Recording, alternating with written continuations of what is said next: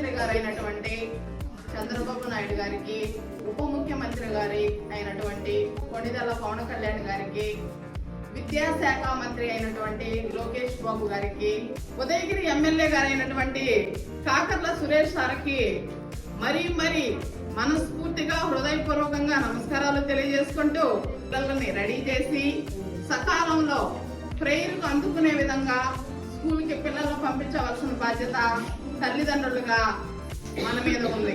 అందరూ అల్లరి చేయకుండా ఉపాధ్యాయులు చెప్పేది సక్రంగా వింటేనే భవిష్యత్తులో మీరు మంచి స్థాయిలకు ఎదుగుతారు. విద్యతో విజ్ఞానం వస్తుంది. ఆ విద్యను ఎవరు అందిస్తారు?